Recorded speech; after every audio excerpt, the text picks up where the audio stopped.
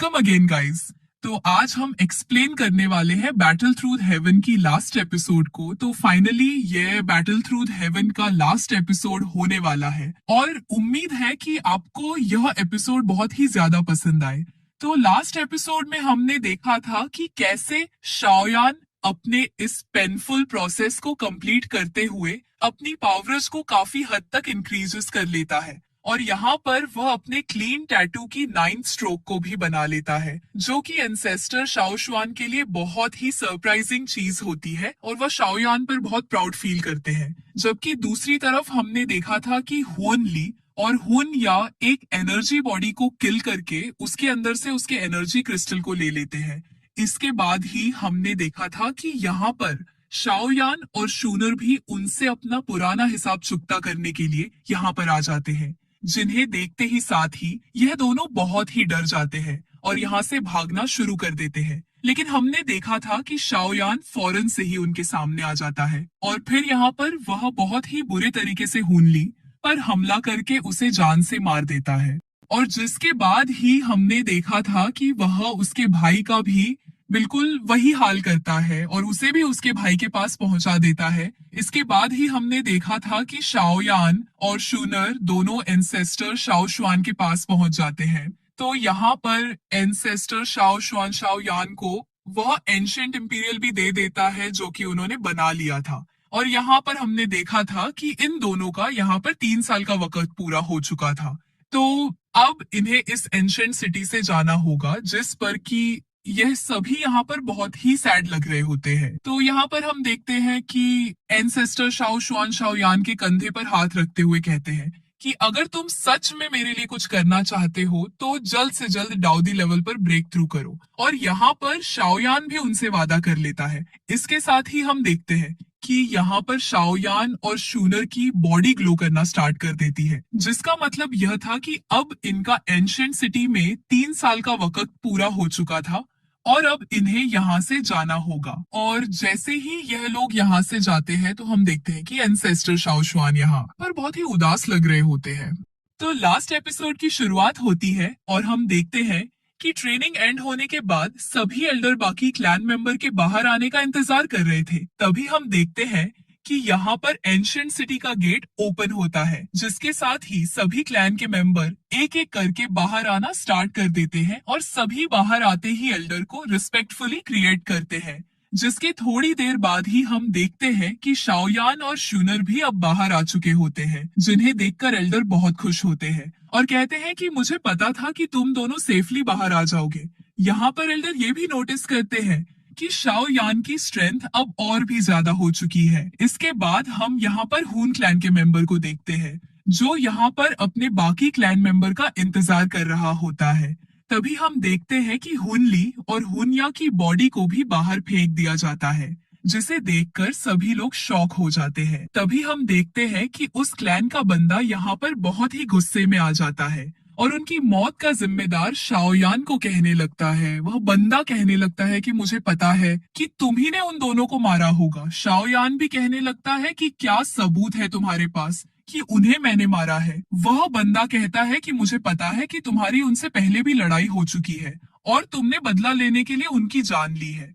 यहाँ पर हम देखते हैं कि शूनर आगे आते हुए कहती है कि तुम्हारे क्लैन के लोगों ने मुझ पर कई बार हमला करने की कोशिश की थी, तो इसके बारे में तुम क्या कहना चाहोगे। ये सब सुनकर सभी एल्डर उस क्लैन के मेंबर को कहने लगते हैं कि क्या ये सब कुछ सच है। वो बंदा कहने लगता है कि नहीं, ये लड़की झूठ बोल रही है। जिसके बाद ही हम देखते हैं कि अब वह बंदा शाओयान पर पॉइंट आउट करते हुए कहता है कि मुझे पता है कि तुमने ही उन्हें मारा है और इस चीज का बदला मेरे क्लैन के मेंबर जरूर लेंगे। इसके बाद हम देखते हैं कि वह बंदा उनकी बॉडीज को लेकर यहाँ से चला जाता है, जिसके बाद बाकी क्लैन के लोग भी यहाँ से चले जाते हैं। इसके बाद हम देखते हैं कि शाओयान एल्डर से पूछने लगता है कि उसके बाकी क्लैन मेंबर कहाँ पर हैं। एल्डर कहते हैं कि वह लोग यहाँ से पहले ही जा चुके हैं और अब तुम्हें भी वापस जाना चाहिए। जिसके बाद शाओयान कहता है कि फॉलिंग स्टार पेविलियन में जरूर कुछ न कुछ बुरा होने वाला है। इसके बाद हम देखते हैं कि शूनर भी शाओ यान के साथ जाने के लिए कहती है, लेकिन शाओ यान कहता है कि तुम यहीं पर रहो जब तक सब कुछ ठीक नहीं हो जाता। इसके बाद शूनर उसे केयरफुल रहने के लिए बोलती है। एल्डर कहते हैं कि अभी तुम यहीं पर रहो, मैं कल सुबह तुम्हें यहाँ से भिजवा दूंगा। इसके बाद हम देखते हैं कि शाओ यान से शूनर मिलने के लिए आती है और पूछती है कि तुम क्या सोच रहे हो। शाओ यान कहता है कि शाओ यी और बाकी सब जल्दी चले गए, जरूर कुछ न कुछ बुरा होने वाला है। शूनर कहती है कि मुझे भी नहीं पता कि अब हम दोबारा कब मिलेंगे या मिलेंगे भी या नहीं। अभी ये लोग बातें कर ही रहे होते हैं कि तभी यहाँ पर शुनर के फादर भी आ जाते हैं। इसके बाद हम देखते हैं कि शुनर यहाँ शाओयान से ये बोलकर चली जाती है कि मैं कल तुम्हें छोड़ने आऊंगी। शुनर के फादर यहाँ पर आते साथ ही कहने लगते हैं कि मैंने सेंस कर लिया है कि तुम्हारे अंदर शाओ क्लैन का बीज है। यहाँ पर शाओयान उनसे पूछने लगता है कि क्या एंसेस्टर शाओ शुआन की मदद करने का कोई और रास्ता नहीं है। शुनर के फादर कहते हैं कि नहीं, उन रूल्स को ब्रेक करने के लिए तुम्हें दाऊदी लेवल पर ब्रेक थ्रू करना होगा, तभी तुम उन रूल्स को ब्रेक करके उनकी मदद कर सकते हो। ये सुनते साथ ही हम देखते हैं कि शाओ यान को गुस्सा आ जाता है और वह पूछता है कि ऐसे घटिया रूल्स बनाए किसने। इसके बाद शुनर के डैड कहते हैं कि तुम्हें सुबह जल्दी निकलना है तो तुम आराम करो। इसके साथ ही वह यहाँ से चले जाते हैं। इसके बाद हम नेक्स्ट मॉर्निंग का सीन देखते हैं जहां पर ये सभी अब यहाँ से जा रहे होते हैं। यहाँ पर शुनर शाओ यान को गुड बाय कहने के लिए आती है, जिसके बाद ही हम देखते हैं कि यहाँ पर एक लड़का आकर शाओ यान को एक इनविटेशन देता हुआ कहता है कि ये याओ क्लैन की सेरेमनी का इनविटेशन है, तुम इसे एल्डर याओ को दे देना। इसके बाद हम देखते हैं कि शाओ यान शुनर को उसका ध्यान रखने के लिए कहता है। शुनर भी उसे केयरफुल रहने के लिए कहती है। इसके बाद हम देखते हैं कि अब वह लोग यहाँ से जा रहे होते हैं और शुनर उन्हें पीछे से देख रही होती है और बहुत उदास लग रही होती है। इसके बाद हम देखते हैं कि शाओयान अब स्टार रियल में पहुंच चुका होता है, लेकिन तभी कुछ गार्डर्स आकर शाओयान पर हमला करना शुरू कर देते हैं। लेकिन शाओयान अपनी पावर की मदद से उन्हें वहीं पर हवा में फ्रीज कर देता है। तभी हम देखते हैं कि यहाँ पर एल्डर याओ भी आ जाते हैं और उन सभी को वहां से जाने के लिए कहते हैं।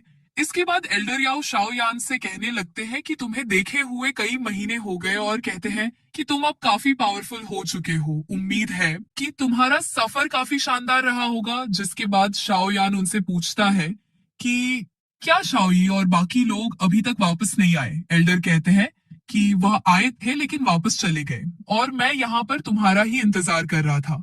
इसके बाद एल्डर शाओयान को बताने लगते हैं कि 1 साल पहले एक सेक्ट हुआ करता था जिसका नाम लायन फियर्स सेक्ट था, जिसने अब आधे नॉर्थ वेस्टर्न पर कब्जा कर लिया है। उनके सेक्ट में बहुत सारे हॉल ऑफ सोल्स भी हैं और अगर उन्होंने हम पर हमला किया तो बहुत सारे लोग मारे जाएंगे।